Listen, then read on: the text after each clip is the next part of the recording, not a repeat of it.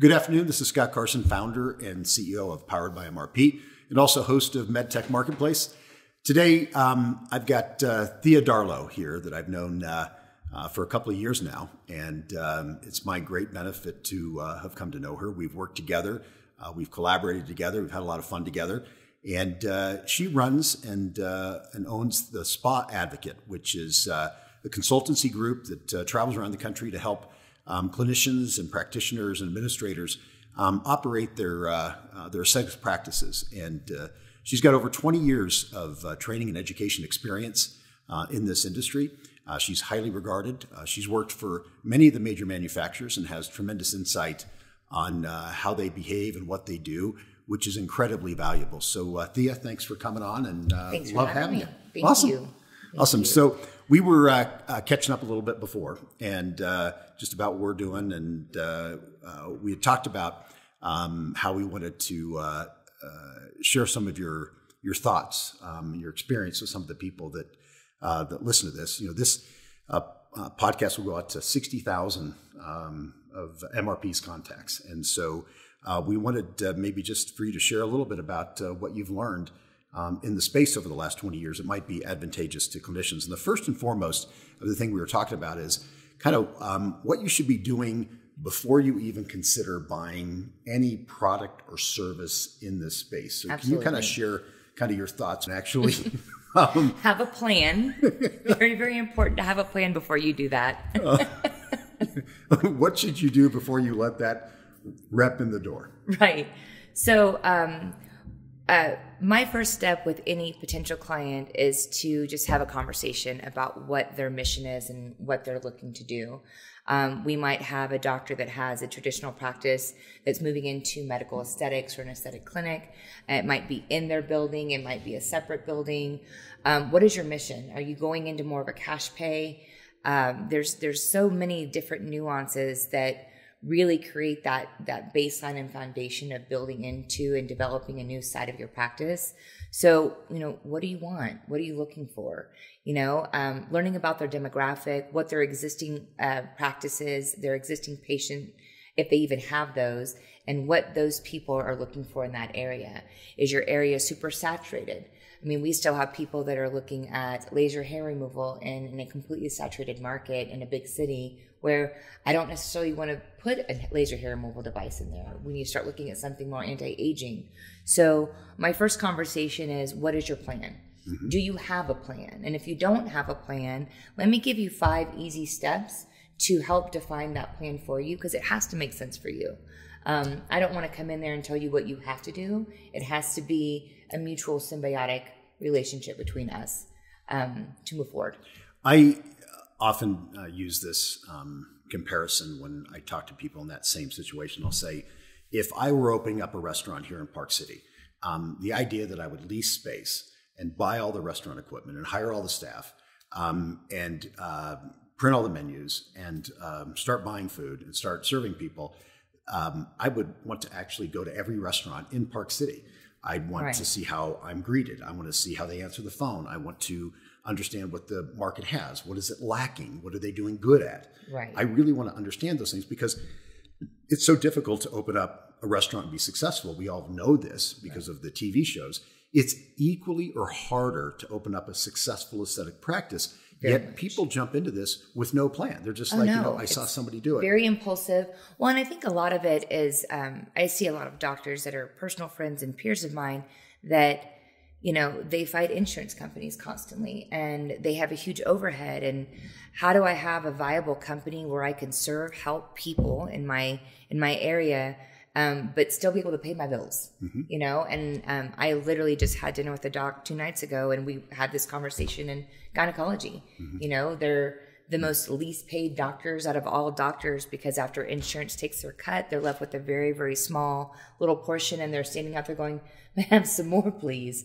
You know, so yeah, I think that in a consulting side of this, that's where I come into play a lot because I look at demographics. I look at how people are greeted. One of the questions that I do ask people is, have you ever had a facial? Have you ever had laser hair removal? And a lot of the people that I meet with, It's no, I don't have time. It's one I've never had a facial yet, want but you want to go and sell them.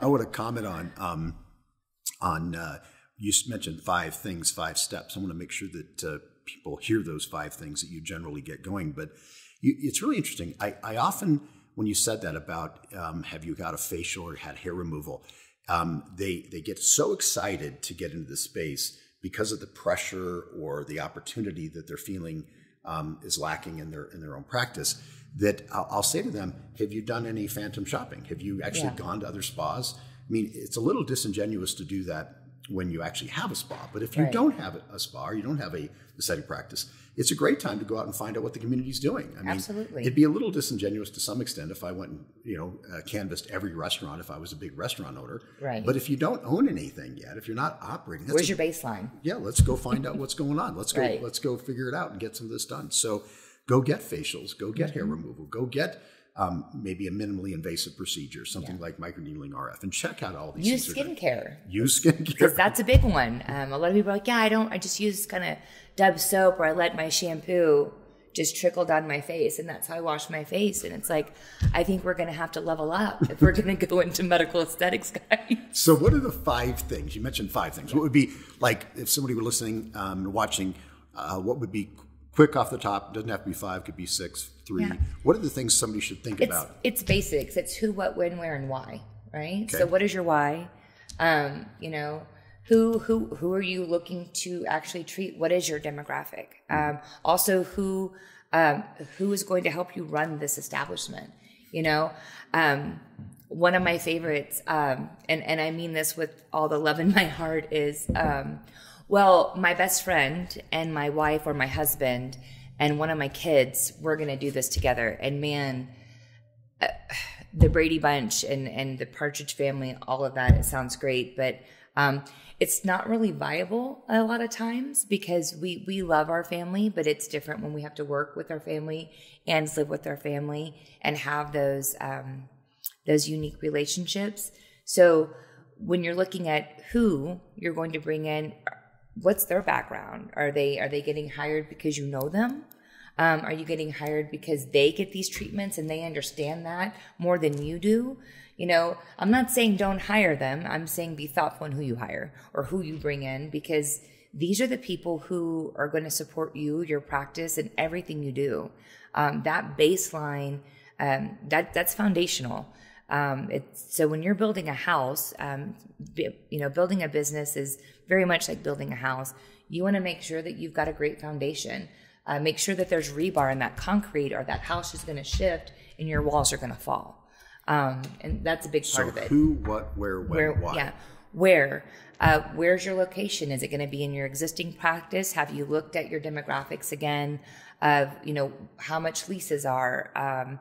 Would it be in your interest to buy a building, build a building? All of these things that people typically don't think of. They get very honed in on, well, I heard about this device and I want to buy this device. How are we going to support that device? That is the where. Who, what, so what are you doing? That's a big part of it. Well, I really like injections. Which type? There's so many. I really like filler. Okay. Well, the filler part of our world is, very artistic, and these people that are master injectors and, artists of the face, they have these huge followings. So we have, let's say Dr. or Nurse Z that's going to walk in here with 0 experience in a world where we have a lot of valuable people that are been doing this for a very, very long time. How do you plan on getting at their level? Mm-hmm. This is your one thing that you're bringing in right now, and you're surrounded by 10 master injectors. That's something that you need to think about. Your different devices. And there's so many devices out there, and everyone thinks that theirs is the best for one reason or another, but there's a reason why there's so many, because we need a lot of tools in the toolbox to build a house, right? Mm. So I want you to think about that. If you're in a saturated market with laser hair removal, how bad do you need laser hair removal? If you're looking at more anti-aging, what does anti-aging actually mean to you? So in these conversations, I do go a little deeper into that and really figure out what you're passionate about, because what you're passionate about is what you're going to be able to educate about. And when you can educate someone, then that sale is a secondary symptom. It just naturally happens because you had a organic, natural, educated conversation about it. You know, it's to me, this who, what, where, when, why thesis is so fascinating, this space to me, because I always tell people this, that currently there's over 1,200 devices in our facility that we own. And every single one of them has come from failure. Nobody sells us a device they're making money with that's working well. Every single one of them has come from failure. And where do they come from? They come from people going to these gauntlet meetings in hotels right now, where it's a weekend thing, where everybody's drinking, having fun. The people on the podium are being paid by the manufacturers. The reps have never run a balance sheet, never run a P&L, have never run an operating company in any capacity. Speak the truth. God bless. But there's no planning. He's hitting me in my heart, guys.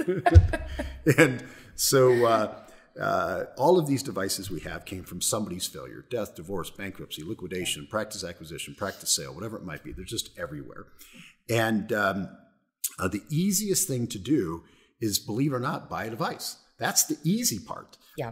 The hard part is the who, what, where, when, why. Yes. And it's backwards. It is. Everybody is going about it, hey, wait a second. I'm going to go ahead and pull that condom off. I'm going to have a child without any thought to... no plan. No, we're just going to wing it. Just going to wing it. And... But in their defense, though, they don't feel like they're winging it, because they have this amazing salesperson across from them saying, dude, you're going to make millions. It's going to be awesome. Yeah. Everything's going to fall in place. If you sign here, we have support. We have all these things we're going to do for you. It's going to be magical, almost magical. It's the way that the industry communicates the potential success of these devices. It's like you're buying an ATM that works in reverse. Like you just coming out. You really can't even keep up with it. Here's the thing: you're gonna spend $200,000 on this thing, and literally you're gonna put it in the lobby, and it's just gonna print out cash all day long. Yeah, it's a lottery ticket. It's a winning lottery ticket. It's a winning lottery ticket. I keep buying them. I'm not winning yet, but I'm going to keep trying. So when you talk about the who, what, where, when, why, clearly that's the first thing you should do. I always tell people, time is your ally. Go slow. There's absolutely no rush to buy anything. The buying in bulk theory, but you're going to get a great deal. Well, it's not really a great deal if you're not utilizing it. Right? That's a great point. Yeah. I'm going to give everybody a really big secret here that two secrets to this. So I kind of jumped over. First is I've never seen a hair removal emergency. Not one. Okay, there's never been one. Mayday. I can't find my razor. But I said that to somebody the other day, and they said, Scott, you know what? Some of my clients, actually, there's a hair removal emergency. But all kidding aside, there isn't. The other thing is, this is the biggest secret in this space. When reps are trying to pressure you, it's the end of the month, the end of the quarter. This is top secret stuff here. Okay, top secret. Okay, nobody knows this. Okay, this is the gym of all gyms I've given. There's going to be another quarter, and here's the real best part: they can make more. They can. These invisible strings that are pulling all of us. They can make more, and there's another quarter. Those are the two absolute certainties in my life. They can make more of them. They're endless supply of devices, but yet revolving door. And then some of the things that I hear are hysterical. Like this doctor in Russia bought this device, but he can't take delivery because we can't ship it. There's been a fire in a warehouse, and so we can't move it. My floors aren't done yet, so I'm just going to wait until the end of the year. Just crazy. All the excuses. So basically, it's easy to buy. What are your thoughts on what you've seen in the industry about this kind of easy to buy? Just things that you've seen, and because it is super easy to buy things, but hard to implement them. Yes. So when it comes to buying a device, it's, again, making sure that you have the right device. But once you buy a device, it's what are you synergizing it with? What products are you using? What other implementation are you using within your practice to really drive that? And who's driving it? Is this a one-woman show or a one-man show? Do you have a team? Who's doing your marketing? How are you letting your people know. So it's this support system that has to happen from the device and from your practice. And unfortunately, I think everyone tries to find ways to support the person and their device as best as they possibly can. But as we've said before, it's kind of like cell phone companies. Everyone's trying to do the best, but it's not really working out, right? It's like the least worst one is the one that we're going to go with. So when you buy a device, it's how do you support it? How are you going to support it? This last year, I've seen a lot of, we're going to give you a billboard. Okay. Where? Well, it's going to be in a very obscure location on a road that no one drives on, but it's a great deal. And your name's up on a billboard, and that's awesome. Well, now you're playing on people's egos of, let's put your names in lights. We're going to make you so big, and it's going to be, Yeah, I think I follow you. So basically your first thing is, before you do anything in the space, doesn't matter if it's a service, a pharmaceutical like an injectable or device, really the who, what, where, why. What is the underlying thesis of what you're doing? Okay, so now that's done and you've made your decision. Now you're ready to buy something. It's easy to buy. Now you got to think about, I think what you were saying is, how are you going to market it? How are you going to implement it? How are you going to service it? How are you going to support that? Right. And that's the second kind of slippery slope because very much so. So because it starts with it starts with clinical training, right? Mm-hmm. So that's a fun topic for Scott and I both, because we both have very unique perspectives, right? But we set up clinical trainings for you, my team, his team, different manufacturers, and you show up to a clinical training and half the people haven't shown up. You gave them a schedule, or maybe you didn't. And now everyone's kind of scrambling around like feral cats trying to figure out how you're actually going to train on the device that you just bought, or the products you just bought, or the filler, whatever the case may be. Clinical trainings are so very important. That is your investment back, not into just your device, but to your team. So take your clinical training seriously, because your patients do. Then past the clinical trainings, you have, how else do you support? How are you going to market this? Are you combining this, your pricing, your packaging, all of these little things? Something as simple as a rack card inside an office of showing people a polite way of how you do things, what your services are, what those prices are, without giving them an entire book to read. I still go into offices and they've got like literally books of everything they do. No one really reads through those. We need something simple, quick reference. Let's go. So you have to look at all of those different aspects to create that baseline of what you need for your company. And a lot of people, we tend to, my wife's going to do the social media. And I look at her and she's like, can you show me how to do a reel? Invest that money back into the right people so that once you have your device and you're clinically trained on it, you can actually educate on that device. And again, that's when that secondary sale comes in, because all of these things line up. So what you're making me pause to think about, and maybe I can use this as a comparison that will kind of help connect what you're describing, is, most men that are about my age and had some success are like, I'm going to go buy a race car. It's like, what do they call that again, Scott? Well, I passed that. I'm on my third life crisis. So we basically say, hey, I'm going to go buy a race car, okay, and without any thought to what it's going to take to operate that car, how to maintain it, and where I'm going to race. I just want to go get one. And these are $250,000, not unlike some of the investments you make in services and injectables, or. Right. And I have no experience operating a race car. I've never driven a race car. Really driven one. Yeah. So then I go out and I find out, hey, I don't have a plan, but I just want to do it. Then I go buy one. Okay. And obviously they're very excited to sell me one. Okay. So now I buy one. Somebody's happy that day. I pick up a little bit of information about it and I'm excited to have it. And then I run out there and I'm like, hey, wait a sec. I actually have to figure out what to do. Yeah. And but it's costly to operate this car. I have to hire a mechanics. I have to get spares. I have to get a trailer. I have to fly around to these events. I have to have entry. Oh, by the way, I've never been trained. Okay, no one's going to let me on the track. How do you shift again? But here's what's interesting is this industry will let you on the track. Oh, yeah. And that's what I think what you're trying to say is you're kind of at that point where you've bought a race car, okay? You now have all these other auxiliary expenses they never thought about. And all of a sudden they're getting ready to drive it and they find out they don't know how to drive it. Yeah. They've never even, but the industry will let you on there. So that's kind of what you're describing. Yes, yeah, and it's autonomy to the point of it's a painful level of autonomy because they give you just enough rope to hang yourself or figure out how to tie the right bow.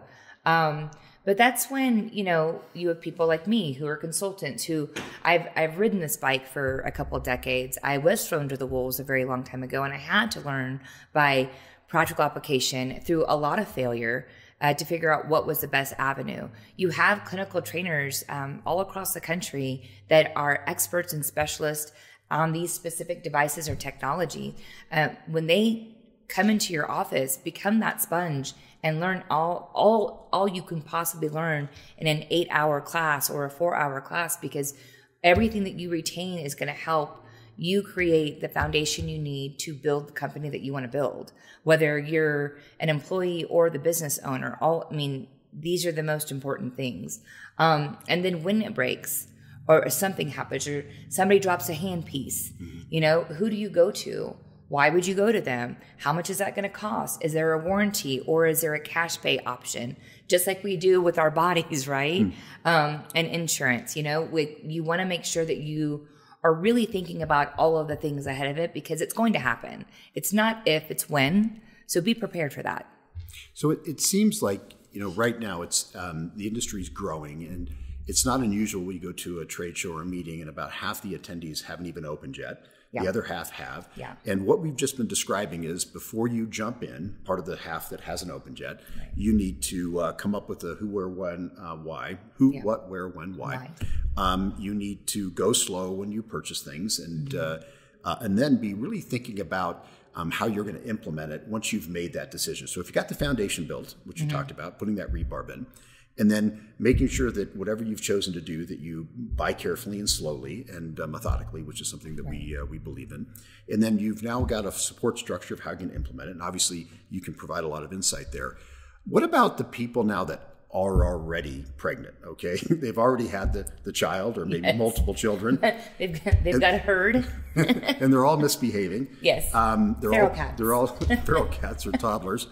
So what do we tell these people right now that are listening to this, watching this, and they've got these devices, this huge investment, this massive amount of debt? This is the thing that I find so frightening is the reps really do prey on the good credit of this industry that has a very low default rate because they can go back to work and make more money. And so this thing of, hey, you bought one, but really to be successful, you need two. And then to really be successful, you need three. And the reason you're not successful in the first one is because you didn't buy the third one or the fourth one. And I watch these clinicians end up with 7 or 8 devices, have 30 to 50 to 60,000 a month in lease debt. They still haven't figured out the first step, who, what, where, when, why. Yeah. They haven't, they went and bought before they had a real strategy. Nothing's really developed out. They're just collecting now. You're a collector. You're a collector. You're not a race car driver. You just collect really nice cars. Really nice cars. Yeah. So what do we tell these people that now are sitting in this situation, that are sitting here just really scared out of their minds because you really can't default on it. You can't file bankruptcy. It's very difficult to do. Yeah. So what do you do in that case? What are you telling these people as from the spot advocate's perspective? What are you helping these people with? So I go in with a business assessment, which sounds a little analytical, but it needs to be analytical because we didn't analyze before. So now we're going to post-analyze, right? So I'll come in and look at what they have, what their demographics are, what they're doing and what they're not doing. And I always say, see a need, fill a need. So when you give me a list of problems, I try to give you an equal list of solutions to that. And that could be anything from, let's focus on first being still. Don't get impulsive. Don't try to throw the kitchen sink at it. And I'm just going to go and do this because it's just, someone told me that this really works. Be still. And let's just really look at what you have. And then from there, we can truly make a healthy plan of action where maybe we focus on this time of year. This is when people are starting to get back into IPL. So do you have an IPL device? Do you have a lighter weight erbium, maybe like a microblade erbium? Let's start tiptoeing into that and building out a marketing plan, some campaigns and promos for that, and build that back up, right? Because this is the time of year to do it. And then, after Christmas, I start looking at my CO2s, things that are a little bit more aggressive, or after the holidays. And we build out campaigns to help start developing and pulling in the revenue we need so that we can not only just pay out the devices and make these big payments, but we have a viable company again. So we eat our bear one bite at a time. We're not grilling the kitchen sink at this. It's the worst thing that you can do. Because at that point, you're just throwing more money after And there's organic ways to do this. You don't have to hire a huge marketing firm or spend $80,000 on a website. Believe it or not, most of the best tools that you have are already in your toolbox. You're just not using them right. Or maybe you just didn't know you had them because they were stuck back in a corner next to 30 devices that you're also not using. So I've taken away kind of three things. It's somewhat repetitive, but basically really who, what, where, when, why plan before you do it. This is for the people that haven't done anything yet. Then on that, you've made that foundational plan. Then you've got this, okay, what is it that I'm going to buy? And buying slow, and methodically, and buying carefully. And then third is you've made that decision to buy, or in parallel to that decision to buy, you now are putting, what is the support structure I'm going to put in place to make sure that's successful? If you've already skipped those three steps and you now own a device or a service or a product or multiple, and you want to come in and fix that, you're basically doing that same thing. In reverse. In reverse. Yes. Okay. And in the same way you go slow here. So it's going to be a bit painful, but then you're going to, because you're making these payments, or you've got this invested debt, you've got family members or other people or bank debt, and you're now figuring out how I'm going to do this. You're going to have to struggle for a little bit or for a while. And I always tell people that this is an operating business. It's a hard business. You've got customers and vendors and legal and regulatory and training and retraining and payment issues and fraud. It's a mind-boggling amount of work. And I often tell people, if I would have known how hard it was going to be to get MRP to where it is today, I wouldn't have done it, because it is so difficult to run an operating company. Just so many different factors. A lot of variables. And I think that people don't realize that when they make this decision, they're basically making a decision to run an operating company in which there's not a real clear model for. So do you see the same thing? I do, which is also what keeps me in my bread. Because most people don't have a foundation. They don't have that baseline. And that's one thing that I love about moving from the provider and training into a consulting position, is that I can go in there and hold people's hands and show them the right way to do it. Awesome. So one of the things I think that would be fun to do is you and I have both been in the industry a while, and we've seen a lot and heard a lot. I think it'd be interesting. You've worked for multiple top-tier manufacturers. Just some things. They could be things you want to stay away from, things you've learned, lessons that customers of yours have experienced. What would you say would be one of the top two or three? Share something that is a typical pitfall, mistake, problem, bad situation that you've seen happen in the. And it's, I know. How much time do you have? Well, the mic's actually. We might have to put charges on it, but just share one top. Do I have to sign something before I say these things? We're not going to mention. So we won't say any names. We won't say any names. What are some of the things that your customers have experienced by from the industry? So just recently, just in the last couple of months, I've had several new clients that have we're going in reverse right now, and one of the biggest things is they overbought. They didn't have the support system. They were told this is the best deal possible. And on paper, when you see these astronomical numbers, these ridiculous numbers on a device, and they're like, so basically you're getting buy one, get two free, but they're not looking at that number is still really, really high. It just isn't as high as this one. It's not $1 million now, So they get put in these, it feels like a trap of, well, I want to make more money, and if I have a lower buy-in, I can have more chances of revenue, so I have to buy in bulk to do this. But then they get it, and they don't have the support they need for all of those devices.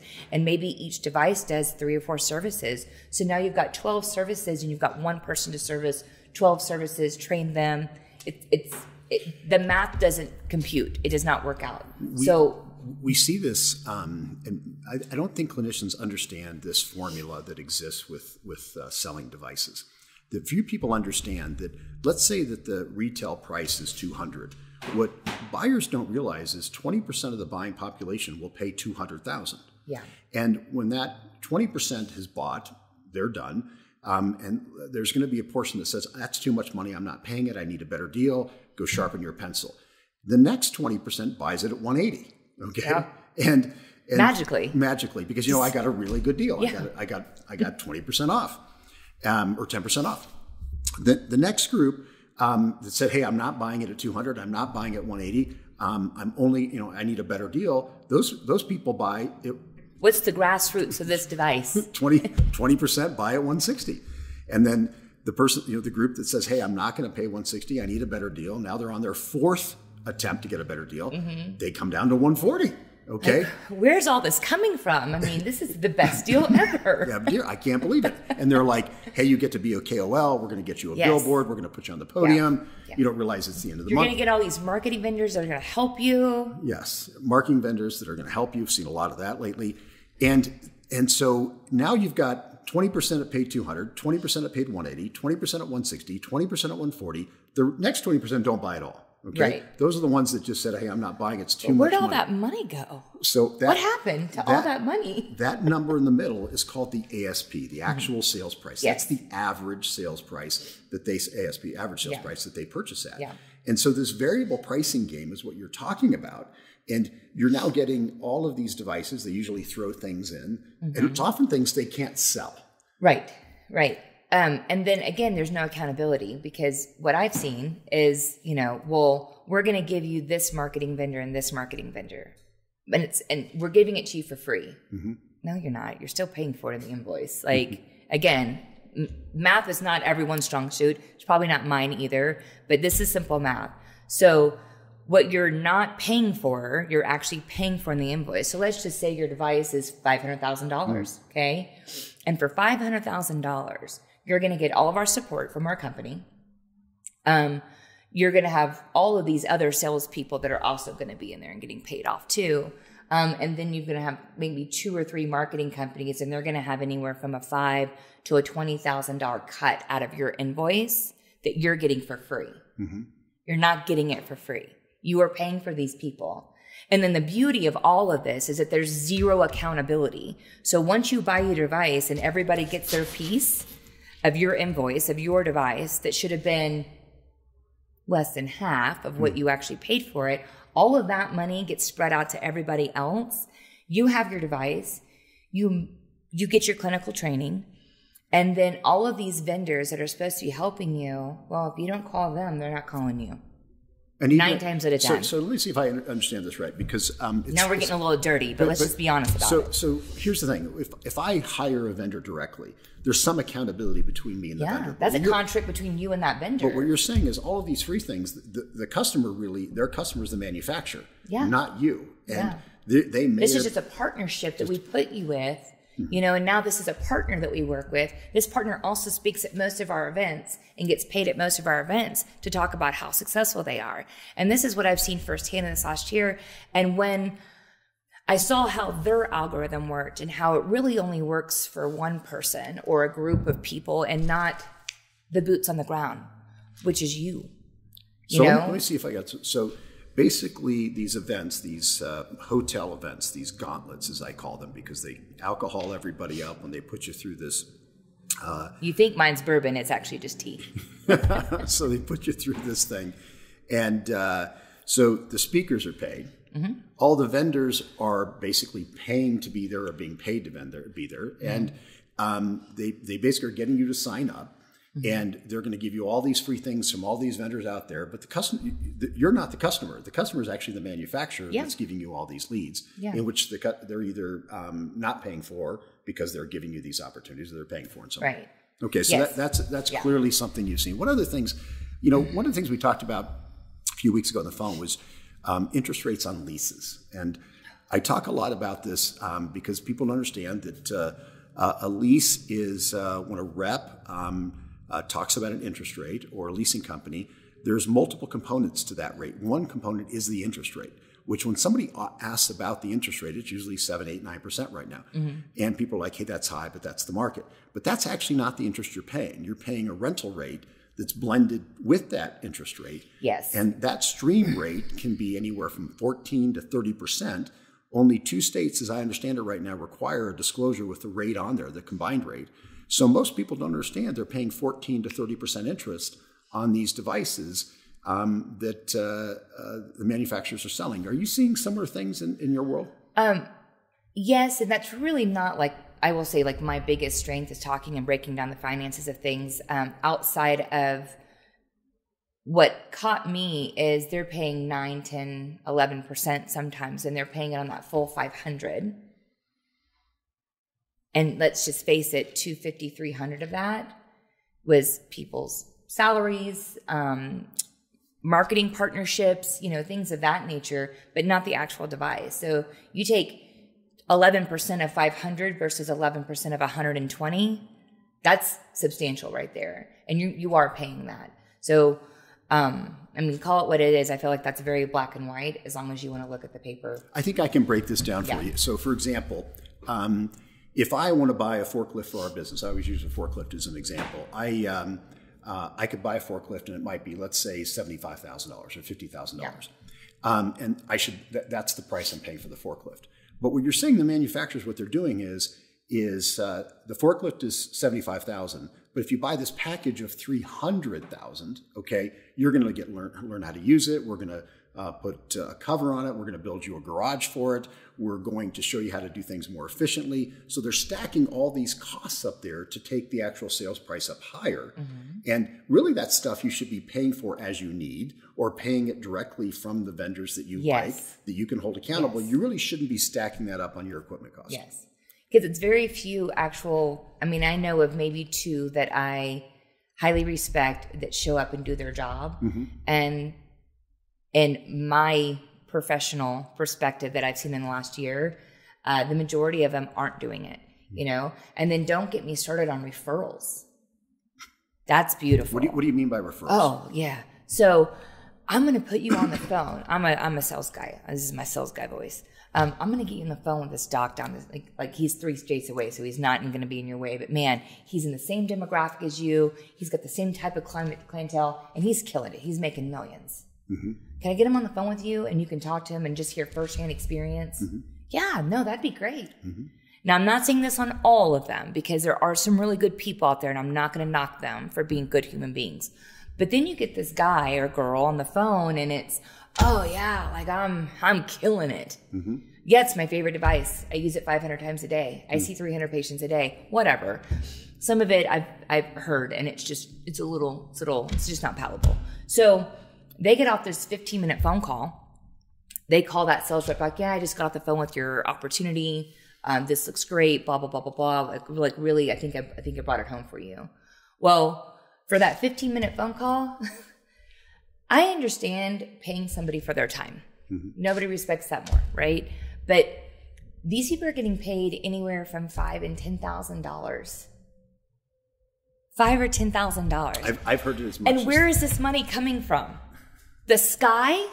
No, it's coming out of your invoice or somebody's invoice. They have to rob Peter to pay Paul to pay these people out, because instead of having the integrity of saying, like, for example, when I say, hey, I want you to use X partner that I work with and they build beautiful websites, it's only $10,000 versus $50,000 or $60,000, but their work is pure, it's on time, this is good.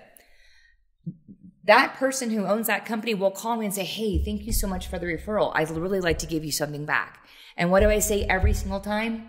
No, thank you. I really appreciate it. The best way you can give me a referral is if you see someone who needs my services, to pass it along. We should not be paying each other to talk about each other. I don't think people realize that in every other aspect. It just grosses me out.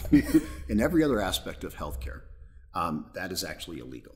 You can't do self-referral and share profitability. This is why it's very difficult for a clinician to own a CAT scan or an MRI, right? Because of the self-referral laws that exist. So this idea in aesthetics of paying people to influence others to make decisions is not allowed. It's illegal in other aspects of healthcare, and there's a reason for that. In aesthetics, because it's private pay, it's a private pay industry, there's no barriers of regulatory third-party reimbursement. But it's also not ethical. It is also not ethical. So I think Where's your moral compass? The takeaway here is I don't think people realize that most the clinicians on the podium that are speaking are often paid, most often paid at these events. The vendors have some relationship financially intertwined into the invoice in some way, directly or indirectly. Often the people that refer you to make that decision are being paid in some way. And so the device might be $100,000, but really there's $200,000 worth of sales and marketing. You got to pay all these people. To basically get you to make a purchase of $200,000. So those are three fascinating things. What other things maybe just top of mind that we could share with our watchers and listeners? Before we go into that, I do want to say, because I'm speaking generically, there are people out there that have integrity. They have a moral compass. I'm not saying it's everyone. I'm just saying I see more of it than not, and I would like to see less of it, because our job, the reason why we choose medical aesthetics or medicine or, working with people is we care. We're supposed to care. We're here to serve each other, and we're supposed to be serving each other. And the moment that you start serving yourself more than one other, you need to check yourself. Maybe be still at that point and take a step back and see what you're doing. We all have bills to pay. We all have to make money, but let's do it the right way. And now I'm going to get off my soapbox. Okay. Well, there's no question. There's so much goodness in this industry. It really is. Industry, and sometimes I think we all do. Like we're in the aesthetic space, but the aesthetic space is very broad, and there's some amazing work that is done. Thousands and thousands of times a day that change people's lives. Most people don't understand the impact. If you've got acne scarring, what the life-changing event is when you have that scarring reduced. People may have had something that has always bothered them that a simple filler would address and make a huge impact on their confidence in the way they approach the world. Yeah. And when you feel better about yourself, you treat other people great. It really is a gift that keeps on giving. No question. But I think the thing that we have to be mindful of is this industry has been leaning into overselling and overcommitting and making promises. And people are so fearful they're going to miss out on an opportunity. Here's another secret as it relates to that, is this industry is at not even the second or third pitch of the first inning, okay? This is the next 20 to 30 years of aesthetics is going to be like nothing that we've ever seen in the last 20 years. It is exponentially growing and evolving so quickly. You're not going to miss out by going slow. Yeah. And I think the biggest change that's going to occur, and people have heard me say this a lot in the last few years, is sales reps and marketing really won't be a part of the decision process in 4 or 5 years. And the reason it won't is because data is going to be sitting on tech and made available to people to see the truth that's there. Right. So there's no reason for you to not utilize your own ability to do research and slow down, because it's going to be there in a year or two anyway. Right. And I think you'll see most sales reps and most marketing people being out of this space simply because there'll be so much data out there that's readily available. But let's just maybe... You can't really lie about it anymore. Well... But it's also one of the things that I love about MRP is, you sell all devices, all technologies. So there's no competition here. It's what do you need? See a need, fill a need. We've got 10 microneedling RF devices. Which one's better? Well, let's talk about your practice. Let's talk about your budget. Let's look at all those analytics, all those variables to your equation, and then let's build something thoughtful. And that's one thing that I've always really respected about MRP. I appreciate is that it's not my device is better than yours. This is the tech. Let's talk about the tech. I'm speaking here in a month at a major aesthetic trade show, and I was thinking yesterday about how I'm going to open it up. And Dr. Dale Koop shared something with me that was really funny that I think I might open with, and just have a picture of a photon. And there's a picture of a photon new and a picture of a photon used, and what the impact is on the skin, because there's no change. There's no such thing as a used photon. Used photon. Photon. So I do like that. Isn't it funny? Yeah, that hit my nerd level. It's pretty good. So yeah, big secret is the used photon doesn't work any less effectively than the new photon. Yeah. Because it's the same photon. The other thing is what people aren't seeing is I'm part of the discussion right now with many manufacturers that's starting to happen, where used is going to be a big part of their sales process, where they realize that having great experiences on the secondary market is going to help sell more new devices. And I can tell you that this whole dialogue of used in the next couple of years is going to go 180 degrees. Just mark this in a couple of years. You will see every manufacturer changing their tune on used because the customer base is getting smarter and they're getting more educated and they're making better decisions.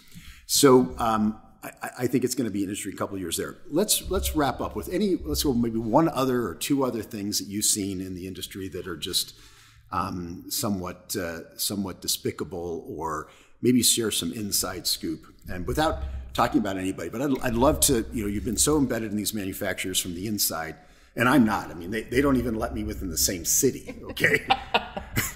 I walk around the manufacturer, I'm like kryptonite. I'm starting to feel that way. Every little bit exposure, right? Goodness. There's more of a personal nature. Did you want to go there? So what you're saying is that there could be reality TV shows. Oh my gosh! Inside the call me if you want to do a reality TV show about we'll just call it like sex, lies, and aesthetics. Because I mean, if you're not drinking, you probably should start right now.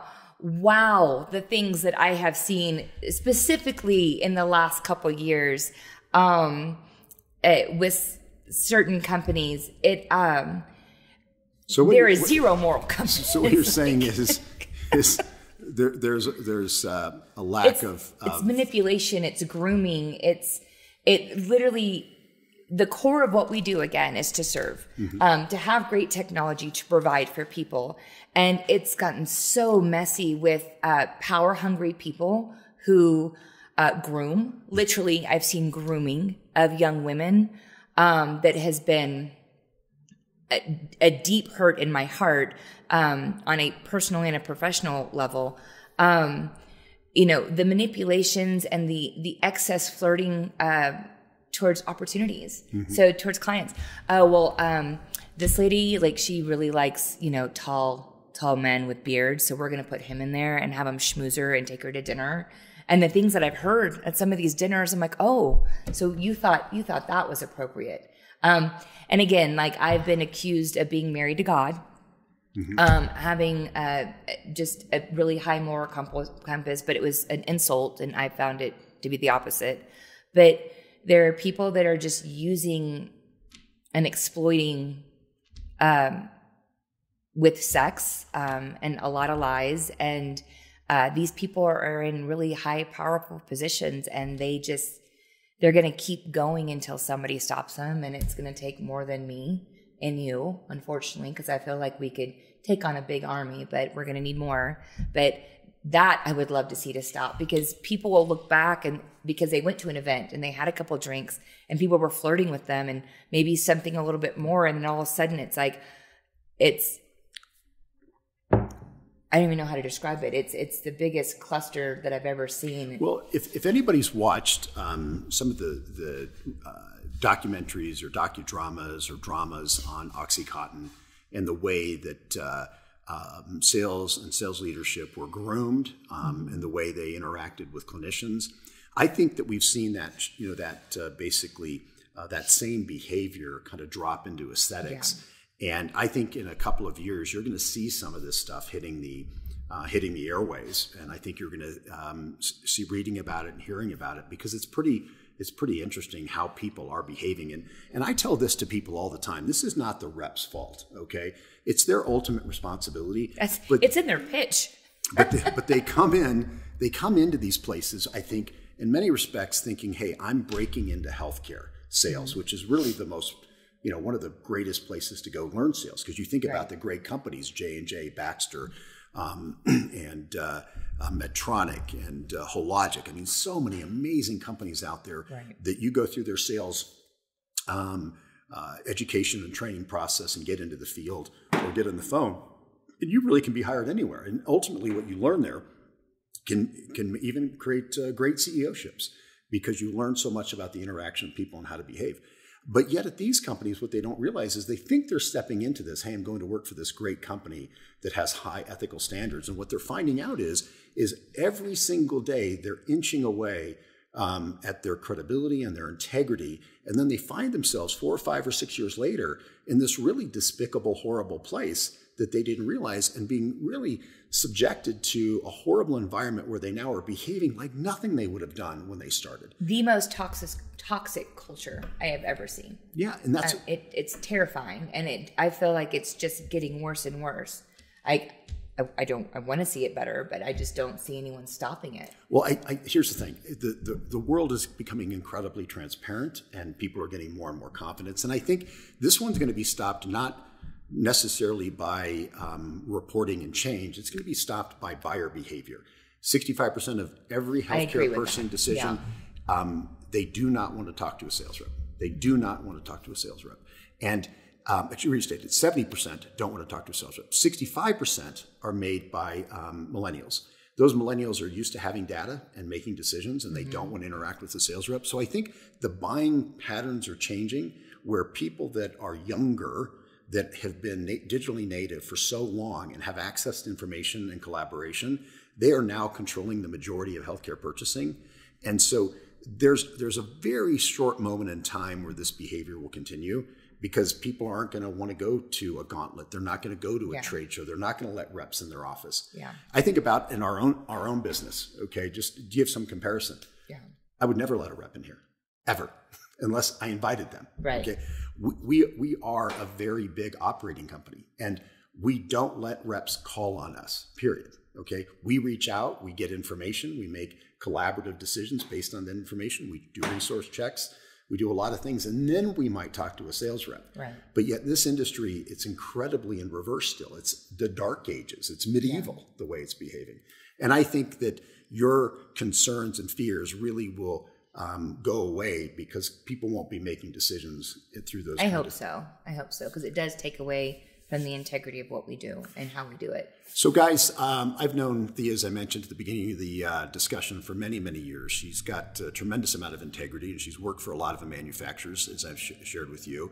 Her business is called Spa Advocate, and I think that if you have not started out yet on this process, it's worth giving her a phone call, having a conversation with her, and just getting some insight. She may be somebody you hire, maybe you don't, but at least you can get some great insight to how you may go step forward.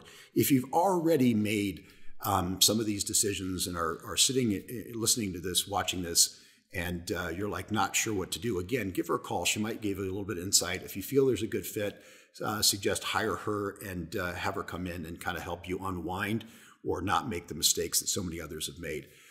Thanks everybody for listening and watching another MedTech Marketplace podcast. And thanks again for everybody's support. And Thea, great. Thanks for having you on.